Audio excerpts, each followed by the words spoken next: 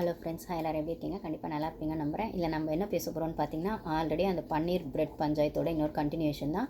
3 பார்ட்டாக போடுற அளவுக்கு அந்தளவுக்கு அது ரொம்ப நேரம் போச்சுங்க. இப்போ கூட சௌந்தர்யா பார்த்தீங்கன்னா, அவங்க வந்து கார்டன் ஏரியாவில் ஃபீல் பண்ணாங்க, ரெஸ்ட் ரூமில் போய் அழுதாங்க. அதுக்கப்புறம் யாருமே தனக்கான விஷயத்துக்கான சப்போர்ட் கொடுக்கல அப்படிங்கிறதுக்காகவோ, இல்லை முத்து ரொம்பவே கார்னர் பண்ணுறாரு அப்படிங்கிறத வந்து அவங்களுக்கான ஃபீலிங்ஸோடு அவங்க வெளிப்படுத்துகிற விதமாகவும் பெட்ரூமில் வந்து அவங்க பெட்ஷீட் போத்திக்கிட்டு கேமரா பார்த்துக்கிட்டு அழறதை தான் காட்டிகிட்ருக்காங்க. ஸோ அந்தளவுக்கு வந்து ரொம்பவே வந்து முத்துவோட அந்த வேர்டிங்ஸ்லாம் வந்து ரொம்பவே காயப்படுத்துகிற மாதிரி இருக்குது அப்படின்றத அவங்க ஃபீல் பண்ணிருக்காங்க. இதை வந்து அவங்க பவித்ராகிட்ட சொல்லும் போதுமே வந்து இதை வந்து அவன் எனக்கு மட்டும் பண்ணலை, எல்லாருக்குமே பண்ணிட்டு இருக்கான் அப்படின்றத சொல்கிறாங்க. இதை அவங்க இங்கே மட்டும் சொல்லலை, இதுக்கு முன்னாடி 2-3 நாள் முன்னாடி அன்சீன்லேயுமே நைட்லமே பேசும்போது என்ன சொல்லுவாங்க அப்படின்னு பார்த்தீங்கன்னா, இப்போ இந்த வாரம் டாஸ்கெல்லாம் எல்லோரும் எப்படி ஆடினாங்கன்னு பார்க்குற அப்படிங்கிற மாதிரிலாம் விஷால சௌந்தர்யாவும் பேசிகிட்டு இருக்கும்போது எல்லாருமே ஒரு என்ன சொல்கிறது, அவங்களோட ஃபுல் பொட்டென்ஷியல் போட்டாங்க, வெறித்தனமாக ஆடினாங்க அப்படின்னு சொல்கிற இடத்துல எல்லாருமே அவங்களுக்கான ஜஸ்டிஃபிகேஷனை வந்து ஏதோ ஒரு இடத்துல அவங்க பேசுகிறது தான் சரின்னு ப்ரூஃப் பண்ணுறதுக்காக பேசுகிறாங்களோ அப்படின்னு தோணுச்சு அப்படிங்கிற மாதிரி விஷால் சொல்கிறாரு.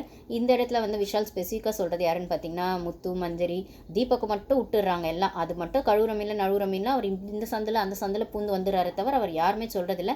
நியாயமாக பார்த்தா அப்போ பாய்ஸ் வேஸ் கேர்ள்ஸ் டீமாக இருக்கும்போதும் சரி, இண்டிவிஜுவல் கேம் ஆனதுக்கப்புறம் சரி, இப்போ இந்த டாஸ்க்லலாம் சேர்ந்து வந்து முத்து கூட அலைன்ஸ் போட்டு ஆடுறதுலையும் சரி, அப்போ மாதிரி தான் தீபக் இப்போது அருணுக்கோ முத்துக்கோ ஜால்ரா போட்டு தான் ஆடுறாருன்னு சொல்லணும். ஏன்னா நடுவில் அருண் கிட்ட தனியாக ஜால்ரா, முத்து கிட்ட தனியாக ஜால்ரா போட்டார்.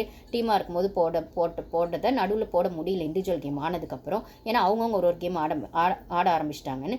இப்போது அதே சமயத்தில் அருண் கூட முட்டிக்கவும் முடியாது, முத்து கூட ரொம்பவும் சேர்ந்துருக்க முடியாது அப்படின்னும் போது இப்போ வந்து இந்த டாஸ்க் அது என்ன, அந்த ஃபோட்டோ டாஸ்க் வரும்போது ஆகட்டும், அந்த மன்றம் டாஸ்க் வரும்போது ஆகட்டும், அந்த மன்றம் டாஸ்க்லலாம் வந்து முத்து சொல்கிறத தான் கேட்டுட்டு தீபக் பண்ண மாதிரி, தீபக் வந்து அந்த இன்ஃப்ளூயன்ஸில் தான், அதாவது அருண், விஷால், தீபக்னு ஒரு டீம் ஃபார்ம் பண்ணும்போது கூட, முத்து அப்படின்னு டீம் ஃபார்ம் பண்ணும்போது கூட அந்த ஃபோட்டோ டாஸ்க்லலாம் முத்து சொல்கிறத கேட்டுக்கிட்டு தீபக் இன்ஃப்ளூயன்ஸ் ஆன மாதிரி தான் இருந்தது. அப்படின்னும் போது தீபக் எப்பயுமே நான் சொல்கிற மாதிரி யார் கூடவா சேர்ந்து ட்ராவல் பண்ணி எப்படியோ டாப் 5 போயின்னு தான் நினைக்கிறாரு தவிர, அவர் ஓனாக செல்ஃபாக கேம் ஆடுறாரான்னு கேட்டால் கண்டிப்பாக இல்லை, சேஃப் கேம் தான் ஆடுறாரு அடிக்கடி சொல்லிட்டுருப்பேன். இப்பயுமே அது கண்டினியூ ஆகுது அப்படின்னும் போது இந்த இடத்துலையுமே எல்லாரோட கேம்ஸ் எப்படி இருந்ததுன்னு விமர்சனம் பண்ணுற விஷால் வந்து முத்து, மஞ்சரி, ஜாக்லின் இவங்க வந்து அவங்களுக்கான ஜஸ்டிஃபிகேஷனை வந்து ஸ்ட்ராங்காக எடுத்து வச்சுக்கிட்டே இருக்காங்க, அவங்களுக்கான நியாயம் தான் பேசிட்டே இருக்காங்க, அவங்கள சரின்னு ப்ரூவ் பண்ணுறதுல ரொம்ப ஆர்கியூ பண்ணுறாங்க அப்படின்ற மாதிரி சொல்லும்போது அந்த இடத்துல ரயானும் எனக்கு அப்படி தான் தோணுது கொஞ்ச நாளாக அப்படின்னும் போது சௌந்தர்யா சொல்லுவாங்க, ரயான் வந்து அப்படி கிடையாது, நீ இவங்க கூட அவங்கள சேர்க்காத.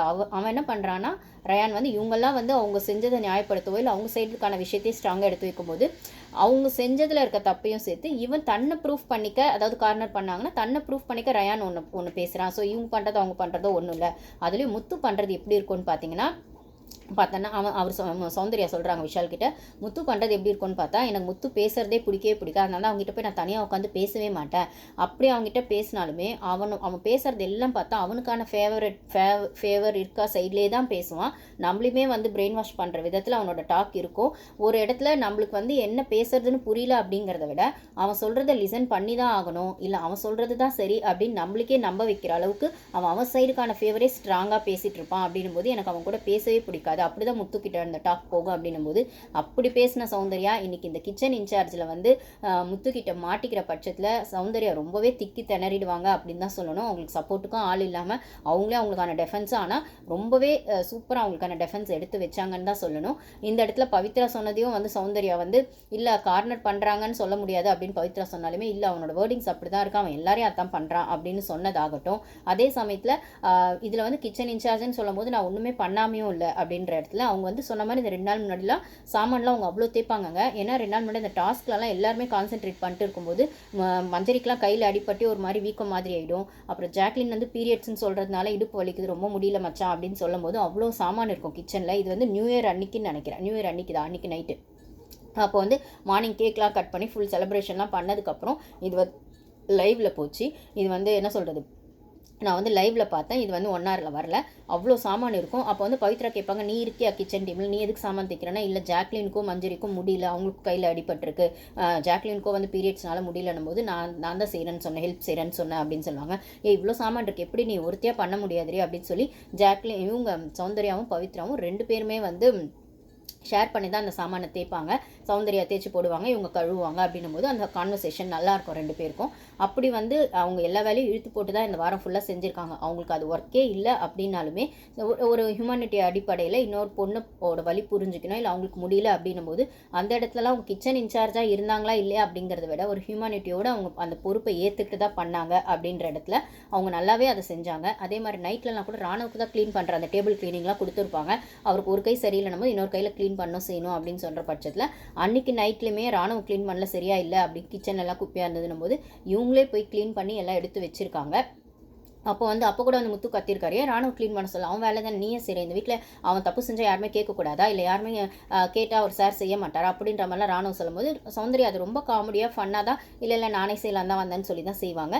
அதே மாதிரி இந்த இடத்துல அவங்க என்ன சொல்லுவாங்கன்னா, குப்பெல்லாம் கூட கிச்சனில் போனோம் 2 நாள் முன்னாடியெல்லாம் சமைச்சிட்டு அப்படியே இருந்தது, நான் தான் தொடப்ப எடுத்து எல்லாத்தையும் க்ளீன் பண்ணேன். அந்த இடத்துல நான் இன்சார்ஜ் இல்லையான்னு பார்க்கல, நம்மளே இந்த வீட்டில் ஒரு ஆளாக இருக்கும், நம்மளே இதை செய்யணும் அப்படிங்கிற இடத்துல தான் நான் அதை செஞ்சேன் அப்படின்லாம் சொல்லும்போது அவங்க அவ்வளோ பொறுப்பாக இல்லை அவ்வளோ டெடிக்கேட்டடாக அந்த ஒர்க்கை செய்யும்போது இந்த ஒரு சின்ன விஷயத்தை எடுத்து, சின்ன விஷயம்னு இல்லை, ஃபுட்டு இம்பார்ட்டன்ட் தான். அந்த வீட்டில் உங்களுக்கு மட்டும் இல்லை முத்து, எல்லாருக்குமே ஃபுட்டு இம்பார்ட்டன்ட் தான். அப்படி இருக்க பட்சத்தில் யாரையும் கார்னர் பண்ணணும்னு ஃபுட்டை வச்சு பண்ணதே கிடையாது எப்பயும். இது பெரிய பஞ்சாயத்தெல்லாம் வர பட்சத்தில் கூட அவங்கவுங்களுக்கான நியாயத்தில் நாங்கள் அப்படி பண்ணலை செய்யலைன்னு தான் எல்லாரும் சொல்லியிருக்காங்க. அது உண்மையாக போயும் அவங்க மனசாட்சி கட்டுப்பட்டு அப்படி செய்யலைங்கிறத நம்ம நம்பி தான் ஆகணும். அப்படிங்கிற பட்சத்தில் இந்த பொண்ணு எல்லாருக்கும் ஃபுட்டு வேணும், இல்லை யாருமே ஃபுட்டுக்காக கஷ்டப்படக்கூடாது, எல்லாருக்கும் அவங்கவுங்க இஷ்டப்பட்ட மாதிரி சந்தோஷமாக சாப்பிடணும்னு நினச்ச இடத்துல நீங்கள் அந்த பொண்ணு இப்படி கார்னர் பண்ணுறது சரியே இல்லை அப்படின்னு தான் சொல்லணும்.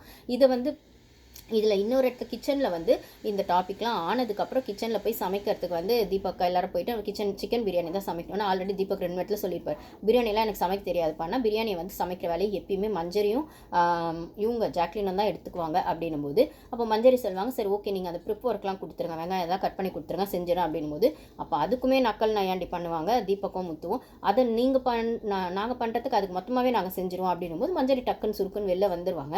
வெளில வந்து ஜாக்லின் கிட்ட சொல்லுவாங்க, இல்லை நான் இது ப்ரிப்பேர் பண்ணி கொடுங்க அப்படின்னு சொன்னால் அதை செய்யறதுக்கு நாங்களே ஃபுல்லாக செஞ்சிருவோம்னு சொன்னாங்க. சரி நான் வந்துட்டேன், அவர் தீபக் தான் எப்படி பேசுவார்னு தெரியும்ல, அப்படி பேசினாலுமே ஜாக்லின் புரிஞ்சுங்க இவங்க இப்படி பண்ணுறாங்க, இந்த வீட்டில் என்ன ஆயிடுச்சுன்னா அவங்கவுங்க ஸ்டாண்டில் அவங்கவுங்க ரொம்ப ஸ்ட்ராங்காக இருக்கணுன்ற மாதிரி ஒன்று பேச ஆரம்பிச்சிட்டாங்க, அது சரியே இல்லை அப்படின் போது ரயானுக்கு ஒரு டவுட் வரும், என்ன ப்ரிப்பேர் செய்கிறதுன்னா அவ்வளோ மட்டமான வேலையா அப்படின்ற மாதிரி ஒரு சொல்லுவார், சீப்பான வேலையில் அப்படி இல்லை, அது ப்ரிப்பேர்க்குன்றது டோட்டல் வேலையில் ஒரு 40% 50% அது ஈக்குவலாக வந்து அது டிவைட் பண்ணிக்கிற மாதிரி தான் வேலை அப்படின்னு சொல்லுவாங்க ஜாக்லினும் மஞ்சரி. அப்புறம் என்ன இவங்களுக்கு பிரச்சனைனா அதுதான் அவங்கவுங்க ஸ்டாண்ட் அவங்கவுங்க எடுக்கணும்னு நினச்சி ஒன்று பண்ணிட்டு இருக்காங்க அப்படின்ற மாதிரி ஜாக்லின் மஞ்சரி சொல்லுவாங்க. உடனே உள்ளேருந்து முத்து வந்துடுவார், இப்போ என்னம்மா ப்ரிப்பேர் பண்ணமா என்னென்ன பண்ணணும் சொல்லுங்கம்மா பண்ணித்தரேன் அப்படின்னு உடனே வந்துடுவார். அங்கே சுருக்குன்னு தீபக் பேசினது பக்கத்துலேருந்து வேடிக்கை பார்த்த முத்து இல்லை முத்துவும் அதுக்கு சப்போர்ட் பண்ணிவிட்டு வெளில வந்து இப்போ வந்து இது பஞ்சாயத்தை போகுதுன்னு தெரிஞ்சோடனே வெளில வந்து மஞ்சரி கிட்ட இப்போ என்னம்மா செய்யணுமா சொல்லுங்கம்மா, என்ன செய்கிறோம் சொல்லுங்கம்மா அப்படின்னும் போது அதை நீங்களே செய்கிறேன்னு சொன்னீங்க, இப்போ எதுக்கு மூஞ்சி தூக்கி வச்சிருக்கீங்க இப்படி அப்படின்ற மாதிரி மஞ்சரியை திருப்பி கேட்பார். இப்போ மஞ்சரி மாதிரி ஒரு கோல்டு வார் முத்துக்கு போயிட்டு தான் இருக்குன்னு ஆல்ரெடி சொன்ன மாதிரி முத்து அந்த இடத்துல ஃப்ரெண்ட்ஷிப்பு இல்லை எதுவுமே எமோஷனல் பார்க்க மாட்டாருங்கிறது உண்மைதான் அப்படின்னாலுமே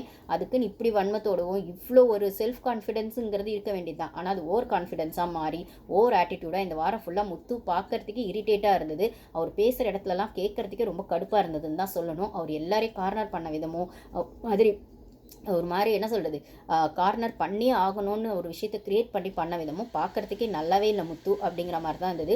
எப்பயுமே டைட்டில் வின்னர் ஆக போகிறவங்க ஃபஸ்ட்லலாம் பிரச்சனை பண்ணால் கூட அழகாக அந்த 2-3 வாரத்தில் ப்ளசண்ட்டாக தெரிவாங்க, ப்ளஸ்ஸாக தெரிவாங்க. ஆனால் உங்களோட நெகட்டிவ் ஷேடோட தான் நீங்கள் போய் டைட்டில் வின்னிங் வாங்க போகிறீங்க அப்படின்னா இதை நீங்கள் எவ்வளோ நாள் கேரி பண்ணுவீங்க அப்படிங்கிறது உங்களை பொறுத்தது தான்.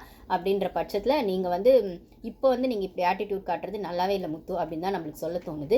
எப்படி பார்த்தாலுமே இப்போ கிச்சன் டீமில் வந்து ஒரு வழியாக அவங்க செய்ய ஒத்துக்க இப்படி மூஞ்சி வச்சிருக்க மஞ்சரி அப்படின்னா நான் கேட்குறேன், அன்றைக்கி ரயான் பேசும்போது ரயான் ஏன் இப்படி சிரிக்கிற மூஞ்சி வச்சிருக்கேன்னு கேட்டதாகட்டும், இப்போ மஞ்சரியை கேட்கறதாகட்டும், இவர் ஏதாவது சொல்லிட்டா யாருக்குமே கோவம் வரக்கூடாதா, இல்லை யாரும் ரியாக்ட் பண்ணக்கூடாதா, இல்லை யாரும் எக்ஸ்பிரஷன் காட்டக்கூடாதா, இவர் சொல்கிறது அப்படியே சிரிச்சுக்கிட்டே எடுத்துக்கணுமா அப்படின்னு தான் நம்மளுக்கு கேட்க தோணுது. இதே தீபக்கு கோவமே வந்தது இல்லையா, முத்துக்கு கோவமே வந்தது இல்லையா, இல்லை தீபக்கையும் முத்துவையும் யாரை கார்னர் பண்ணும்போது இவங்க ரொம்ப பொறுமையாக தான் அதை ஹேண்டில் பண்ணாங்களா அப்படின்னு கேட்க தோணுது. இதில் முத்து அந்த பன்னீர் விஷயத்தில் கேட்டது சரியா தப்பா அப்படிங்கிறதுல மாரி அது சரியாகவே இருந்தாலும் சௌந்தர்யா பண்ணது தப்பாகவே இருந்தாலும் அதை பேசிட்டாங்க, சரி பண்ணிட்டாங்க, அதோட விட்டுறணும். அதை விட்டுட்டு நான் ஃபாஸ்டிங் இருக்க போகிறேன்னு சொன்ன முத்து இப்போ மதியானம் சாப்பிட்றதுக்கும் ஒரு பஞ்சாயத்து வருது அப்படின்னும் போது அந்த பிரியாணி சமைக்க போகிறாங்க அப்படின்னா இவங்களுக்குலாம் சிக்கன் பிரியாணி. அப்போ முத்துக்கு என்ன பண்ணுறதுன்னா பவித்ரா அந்த ரைஸ் மட்டும் வச்சுக்குவாங்களா, சிக்கன் வச்சுக்காமல். முத்து வந்து முத்துக்கு ரைஸ் வச்சிடலாம் தனியாக அப்படின்னு சொல்லிட்டு. அப்போ உடனே முத்து கேட்குறாரு, இப்போ பிரியாணிக்கு ஏதாவது சைட் டிஷ் பண்ணுவீங்க தானே அப்படின்னா. இப்போ இவங்க சொன்னால் இல்லை சைட் டிஷ்லாம் பண்ணல, முட்டை மட்டும் தான் இருக்கும் அப்படின்னா. சரி ஓகே, நான் அப்போ அந்த சைட் டிஷ்ஷாவது அந்த சைட் டிஷ் வச்சு ரைஸ் சாப்பிடலான்னு பார்த்தார் போல இருக்குது. இவங்க சைட் டிஷ் செய்யலை அப்படின்னா சரி நான் ஓகே தயிர் வச்சு சாப்பிட்றேன் அப்படின்னு சொல்கிறாரு. தயிர் ஊறுக்கா வச்சு சாப்பிட்றேன் அப்படின்னு சொல்கிறாரு. அதுக்கப்புறம் வந்துட்டு அப்போ தயிர் எவ்வளோ வேணும்னா எவ்வளோ கொடுப்பீங்களோ கொடுங்கம்மா அப்படின்னு அப்படியே ரொம்ப போனால் போட்டோன்னு செய்கிற மாதிரி கொடுங்கம்மா அப்படிங்கிற மாதிரி ஒரு விஷயத்த சொல்கிறாரு. அதுக்கப்புறம் இவங்க என்ன டிசைட் பண்ணுறாங்கன்னா மஞ்சரி இவங்க ஜாக்லின்லாம் பவித்ராலாம் சேர்ந்து சரி ஓகே வெஜிடேரியன் நான் வெஜிடேரியனுக்கு முட்டை இருக்குது, வெஜிடேரியனுக்கு வந்து நம்ம வந்து கோபி மஞ்சூரியன் பண்ணிடலாம் அப்படின்னும் போது பவித்ரா சொல்கிறாங்க இல்லை முத்துவும் சாப்பிட்றதா இருந்தால் பண்ணுங்க, இல்லை எனக்கு மட்டும் வேண்டாம் அப்படின்னு சொல்கிறாங்க. முத்து இல்லை நான் சாப்பிட மாட்டேன், நான் தயிரும் ஊறுக்காவும் தான் சாப்பிட மாட்டேன் அப்படிங்கிற மாதிரி ஒரு மாதிரி சொல்கிறாரு. அப்போ வந்துட்டு உடனே ஏன் சாப்பிட மாட்டேன், சாப்பிட்றது தானே ஏன் சாப்பிட மாட்டேன்னா ஃபஸ்ட்டு ஃபாஸ்டிங்னாரு. இப்போ ஃபாஸ்டிங் இல்லை, கொஞ்சம் தயிர் சாதத்துக்கு வந்திருப்பாரு.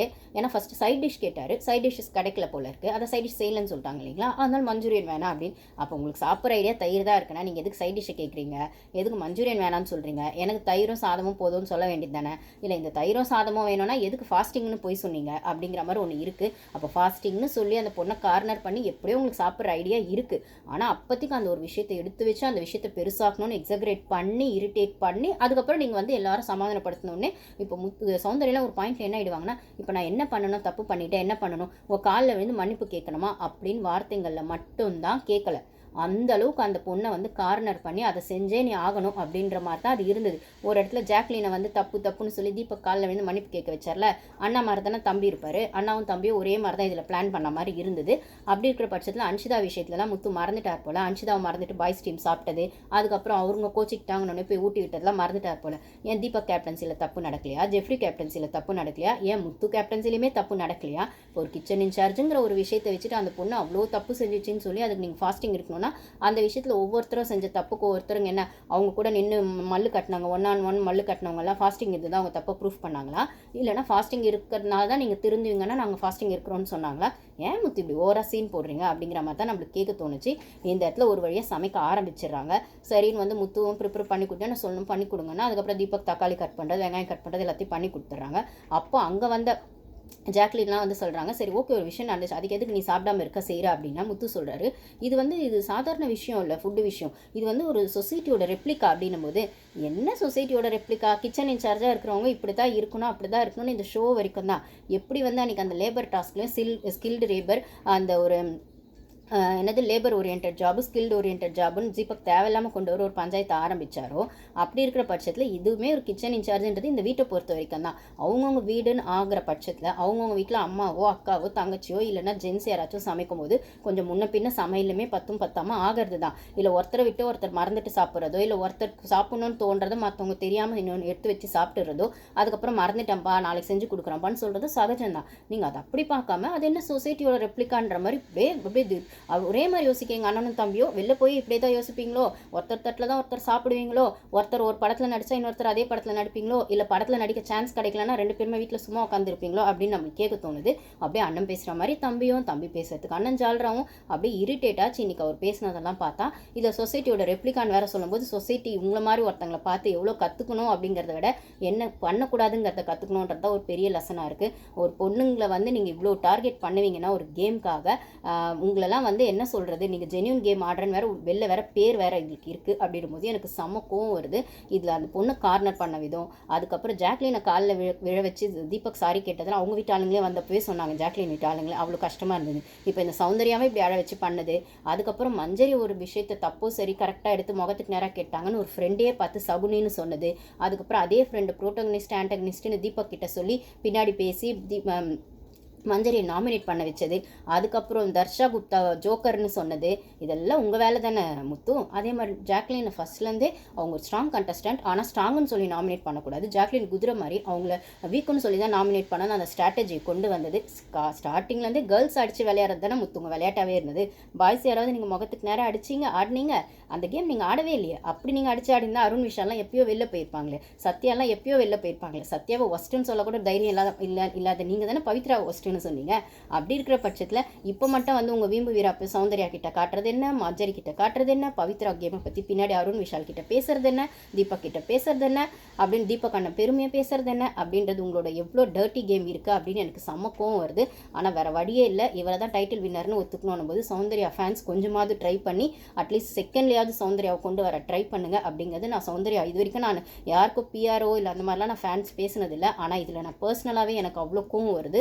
ஸோ சௌந்தர்யாவோட ஃபேன்ஸ் வந்து இந்த வீடியோ லைவில் பார்க்குறவங்க கண்டிப்பாக வந்து சௌந்தர்யாவோட அந்த ஓட்டிங்கை எந்த அளவுக்கு இன்க்ரீஸ் பண்ண முடியுமோ இன்க்ரீஸ் பண்ணி ஃபஸ்ட்டு செகண்டு தீபக் முத்துன்னு சொல்லிட்டு இருக்கவங்களுக்கு நடுவில் சௌந்தர்யாவை எப்படியாவது கொண்டு வர ட்ரை பண்ணுங்க அப்படின்னு தான் எனக்கு சொல்லணும்னு தோணுது. ரயான் மட்டும்தான் இந்த இடத்துல முத்துக்கு வந்து ஸ்ட்ராங்காக டஃப் கொடுக்குறாரு, நான் வீடியோ போட்டிருப்பேன். ஆனால் இந்த விஷயத்தில் சௌந்தர்யா விஷயத்தில் ரயானுமே முத்துக்கு முட்டு கொடுத்த மாதிரி தான் எனக்கு தோணுச்சு. மேபி ஃப்ரைடே வருது, அதுக்கப்புறம் டிடிஎஃப் பற்றி அந்த டாஸ்கோட வின்னர் யாருன்றதை இன்னும் அனௌன்ஸ் பண்ணலை பிக் பாஸ் அப்படின்னும் போது இது ஏதாச்சும் ட்விஸ்ட் வேறு இருக்குன்னு சொல்கிற பட்சத்தில் அது அந்த டாஸ்க் நல்லபடியாக நம்மளுக்கு வந்துடணும், அந்த வின்னிங் டாஸ்க் நம்மளுக்கு வந்துடணும் அப்படிங்கிறதுக்காக இப்போ கொஞ்சம் சட்டில் ஆயிட்டாரோ ரயான் முத்துக்கு சப்போர்ட் பண்ணுறாரோ அப்படின்னு தோணுது. அப்போ ஆம்பளைங்க யாருக்குமே அந்த வீட்டில் தைரியம் இல்லையா அப்படின்னு தான் நம்மளுக்கு கேட்க தோணுது. அந்த ஒரு பொண்ணாக எல்லாருக்கும் பதில் சொல்லிச்சு இன்னைக்கான அந்த விஷயத்தில் அப்படின்னும் போது நான் சௌந்தர்யா ஹேட்ஸ் ஆஃப் டு சௌந்தர்யான்னு சொல்லுவேன். மற்ற எல்லாருமே முட்டு கொடுத்தாங்க முத்துக்கு அப்படிங்கிறது தான் யதார்த்தமான உண்மையாக இருந்தது. இதில் யார் தப்பு செஞ்சாலும் கேட்பேன், இல்லை யாருமே தப்பு செஞ்சால் கேட்க மாட்டிங்களா, ராணுவலாம் என்ன வேணால் செய்வானா அப்படின்னு சொல்லும்போது அதே கேள்வி தான் முத்து உங்களை பார்த்தா எங்களுக்கு கேட்கணும்னு தோணுது. உங்களை யாருமே கேள்வி கேட்கக்கூடாதா, இல்லை நீங்கள் தப்பு செஞ்சால் திருந்த மாட்டிங்களா, இல்லை நீங்கள் தப்பு செஞ்சால் சாரி கேட்க மாட்டிங்களா, மற்றவங்களை மட்டும்தான் சாரி கேட்க வைப்பீங்களா, இல்லை காலில் விழுந்து சாரி கேட்க வச்ச தீபக் மாதிரி ஜாக்லினை கேட்க வச்ச மாதிரி இன்னைக்கு சௌந்தர்யா உங்கள் காலில் வந்து சாரி கேட்கணும்னு நினைக்கிறீங்களா அந்த பன்னீர் பஞ்சாயத்துக்கு அப்படின்னு நம்மளுக்கு கேட்க தோணுது. ஸோ சௌந்தர்யாவோட ஃபேன்ஸ் இந்த வீடியோ பார்த்தீங்கன்னா என்ன பண்ணணுமோ அதை பண்ணுங்க கைஸ். தேங்க்யூ.